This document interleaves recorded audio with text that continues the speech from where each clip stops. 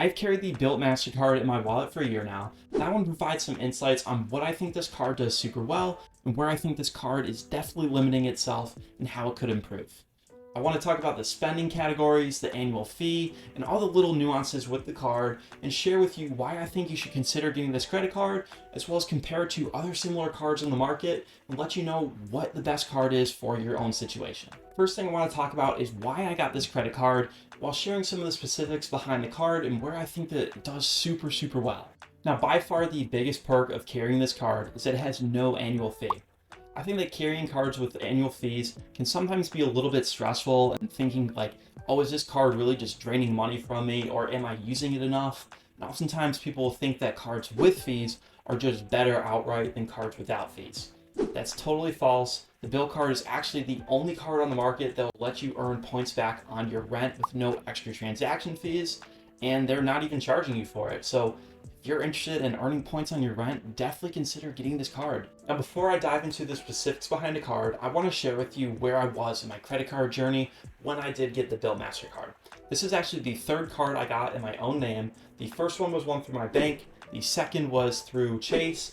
And I knew that I wanted to get the Chase trifecta, which meant I had only one other card I could get after getting the Freedom Unlimited to avoid the infamous 524 rule from Chase. Knowing that I could only pick one card, this made this decision very hard on what card to get, but the Bilt card really stuck out to me, and primarily because of what I just shared with you. There was no annual fee, and I could earn points back on my rent, which no other card on the market could do for me. Unfortunately, with the prices of rent skyrocketing again, I knew that, hey, there is an opportunity here to earn a fair amount of cash back, especially if I didn't have to worry about a fee, which kind of made it a no-brainer for me, but there still were some other considerations when I did get this card. I'll talk more later about what the card offers, but the rent point was truly huge. I don't want to understate that.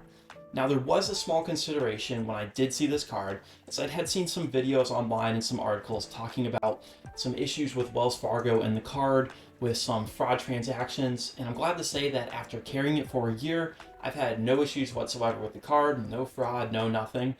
But it is definitely something to keep in mind that when you do look for a credit card, be sure to read up on some of the bad things associated with the cards as well. That way you're just informed on what is kind of going on out there. On top of that, I'm not knocking Wells Fargo here.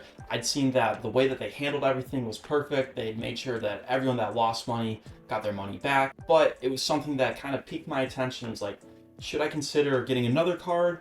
At the end of the day, like I said, I went with the Bilt card, got a ton of value, and have had zero issues whatsoever. Now, the other spending categories with this credit card outside of your rent is that you can earn 2 times points back on all of your travel, as well as 3 times points back on dining.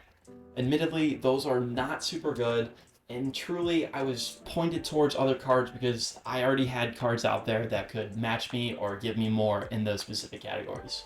With that being said though, I knew that for the next year, I was going to be paying $900 a month for rent, which means I could earn back 900 points a month, which is the equivalent of $9 cash back. And admittedly, that's not a life-changing amount of money, but I've been able to earn back 10,800 points over an entire year by just paying rent, which is something I'd normally do to begin with. Now, if I took that for straight cash back, that'd be over $100 of cash back, but if I do use it for travel, I think I can get a lot more value, as Bilt does offer some great transfer partners. Now, I just mentioned that you can get 2 times points back on your travel and 3 times on your dining, and we'll look at some other cards later on that can give you a lot of cash back in those same categories, but it is also key to consider the ecosystem that you're earning points in. So although I could earn 5% cash back with my travel purchases in Chase, I can earn 2 times points back with my travel purchase in Bilt. If I did a side-by-side comparison of those, maybe I prefer the Bilt transfer partners compared to Chase, or maybe I can get more value in this ecosystem versus another. I think that those are some key things to keep in mind, as you don't want to just earn the most cash back if the ecosystem isn't necessarily the best. But I think that with Bilt, you have no annual fee, and a lot of no annual fee cards out there don't offer you any transfer partners whatsoever. And that's something key because you can maximize your value, especially if you are someone looking to travel. The bottom line here is don't just look at that number for the amount of cash back you can earn. Be sure to look at the other underlying things and figure out, okay, I can maximize it here, or I could use it in this case, as opposed to just getting the most cash back. Now, looking back at my year of spending, I've been able to earn 16,000 credit card points, which is super awesome given I didn't necessarily use this card everywhere I went and I'd often use my other cards. I don't really have plans right now for how I'll use those points. It's the equivalent of like $160 cash back, but I know I can get some more value if I redeem it through their portal. But one thing that comes to mind is maybe I'll find a card out there or an ecosystem that also has a shared transfer partner, and I'll be able to take my Bilt points, throw it on that transfer partner, as well as my other card points, and merge it there as well to get some more value when I do plan on traveling. Now, the biggest points to talk about with any card are the fee and the spending categories, and if there are any statement credits involved.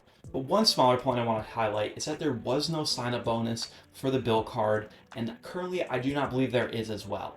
This is not a huge make or break for a credit card, and oftentimes you'll see no annual fee cards offer you maybe $200 cash back if you spend $500 in the first 3 months.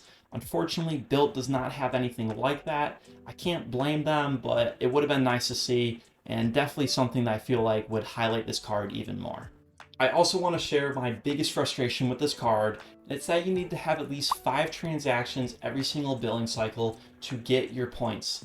So this means that basically I can't just use this card for rent and tuck it away and not do anything else with it. That'd be super nice if you could, because that's pretty much what I would do.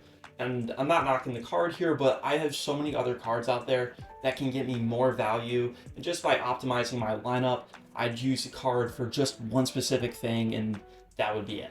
Essentially, I need to go out of my way to make sure that I use the card at least 4 other times each billing cycle to redeem my points. Now, this truly isn't a make or break, and what I've done to do this is just use it for set purposes. I know that I'll throw one of my utilities on there and go buy a water bottle or whatever those small purchases will be. I'll just ensure that I carry my Bilt card to cover those. But if I forgot one month, or that would be kind of frustrating where I did spend on my rent and didn't get any value out of it. And truly, this is the only negative thing I have to say about this card. I don't think that it's a make or break, but it is something to consider and make sure that you are on top of if you do plan on having multiple cards and setting up a more complex ecosystem. But probably my favorite thing that I've absolutely loved with this card is the user interface and their ecosystem with which they've set up to really enhance their user experience. They have little games set up, they have their rent day celebration, and each month I can play trivia on the first of the month to earn back anywhere up to $2.50 worth of points. Now, I know that's $2 worth of points, but it's just pretty cool because it's something that they don't have to do, and playing just fun little trivia games, honestly, is just pretty fun. But they also have their rent celebrations where you'll earn double the points on the first of the month, except for rent.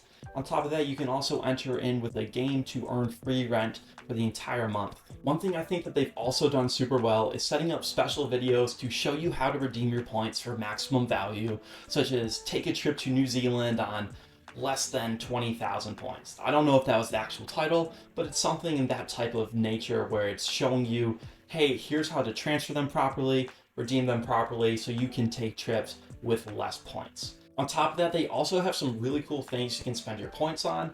I know that when March Madness came up or during the NFL season, they had some special sporting event tickets that you could buy with your points just to maybe go to a Final Four game or to an NFL game on a Monday night.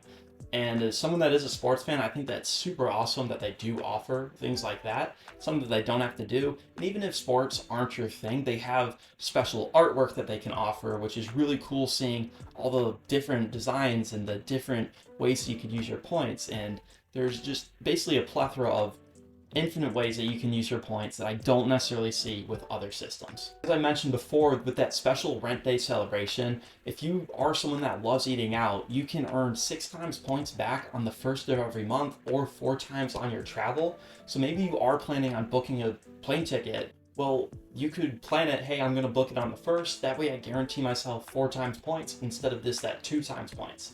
Just planning around things like that can earn you so much more value. And it's just really cool to see that they've really thought this through and have provided a great user experience. As I mentioned before, this no annual fee card does come with 17 one-to-one point transfer partners, which is absolutely fantastic. Some of the more notable airlines are Virgin Atlantic, Alaska, American Airlines, United, and Emirates. For hotels, 2 that really stick out here are Marriott Bonvoy and World of Hyatt. Every point that I've shared with you so far did play an effect in my decision to get the Bilt Mastercard, and I definitely think that the positives definitely outweigh the negatives in this point. I mentioned that there is a little nuance with the having to spend 5 times each cycle, and that the card doesn't necessarily give you the most value in those spending categories. However, there's so many positives there, the biggest being no fee, rent, and the awesome user experience. I do want to highlight some other cards that were in consideration for when I did get this Bilt card, as these cards might be better suited for you, and I truly think that there's so many cards out there that you can't go wrong with whichever one you get, but it's also good just to see what else is on the market. So there are 2 cards that really stuck out to me that I really would love to have gotten, and I do plan on getting still, but I just had to delay, and those are the City Custom Cash and the Capital One Saver One. To compare these side by side, the Bilt card has no annual fee, Capital One Saver One also has no annual fee, and the City Custom Cash has no annual fee as well. The Bilt card we saw can earn me 1 times points on my rent, 3 times points back on my dining, and 2 times points back on my travel. The City Custom Cash can earn me 5 times points back on my biggest spending category every single month. So that's just a great flex and utility card that I really would have loved to have gotten. And the Capital One Saver One can earn you 5% back on your Capital One travel and 3% back on your dining, entertainment, popular streaming services, and groceries. So I definitely say that the Capital One Saver One has the best spending categories compared to the other 2 cards, and admittedly, I think that the City Custom Cash might be the best flex and utility card on the market, as that 5% cash back with the adaptability is really hard to beat, but long-term wise, I knew that I was going to be paying rent for the foreseeable future, being a graduate student about to graduate, and then going to be paying rent for the first couple years before I buy a home, so I was like, okay, let me just get this initially and not have to worry about hunting it later down when it wouldn't give me as much value later on. Another huge perk to the Bilt card is that it does give you access to the transfer partners, and other no annual fee cards typically do not. Let's say with the Capital One card, I would need one of the venture cards to access their transfer partners, and I'm not sure how it works for City, but I'm assuming it's a very similar case. Overall though, I know that with whichever card I would have gone with, I would have been happy, because I would have been earning a great amount of cash back. They each serve their own little purpose. However, I'm glad I did go with the Bilt card, as I've had a great time using this card for my rent. It's been awesome to know that I will earn points back on the rent, and although it's not a ton, it's a great card to carry for my own personal case. On top of that though, the biggest negative to the Bilt card was that there was no sign-up bonus. With the other 2 cards, I could have gotten a sign-up bonus, but unfortunately with the Bilt card, I did not. At the end of the day, it is what it is, but it would have been nice to see that to get a little bit more cash back. If you are interested in comparing cards and learning which cards are best for you, I'd recommend looking into the little things such as the transfer partners, the ecosystem, where the most value you can get out of points is, and just those little nuances that typically might be overlooked. If you are interested in getting the Bilt card, I will have a sign up link in the description below, so be sure to check that out. But as a whole, I would not necessarily recommend it if it is your first credit card or the only credit card you plan on carrying. The reason for this, yes, you'll be able to earn back on your rent. However, I don't think that the other categories are that great when you are looking at the other cards on the market. If you are looking for your only card, I recommend the Chase Sapphire Unlimited, and I'll have a video linked to that up above. So check something out like that. That's a catch-all card. There's other ones in other ecosystems that will earn you flat rate 1.5 or 2% cash back wherever you spend. That will definitely be better suited to people that only want to carry one card. At the end of the day though, I don't think you can go wrong adding the Bilt Mastercard to your lineup in 2024.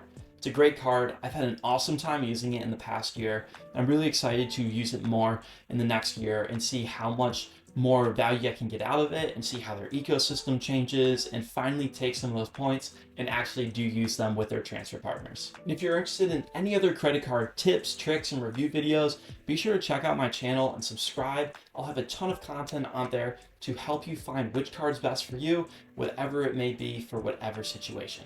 Once again, if you guys go like, comment, and subscribe, let me know if you carry this Bilt card in your lineup, and I'll catch you guys on the next video.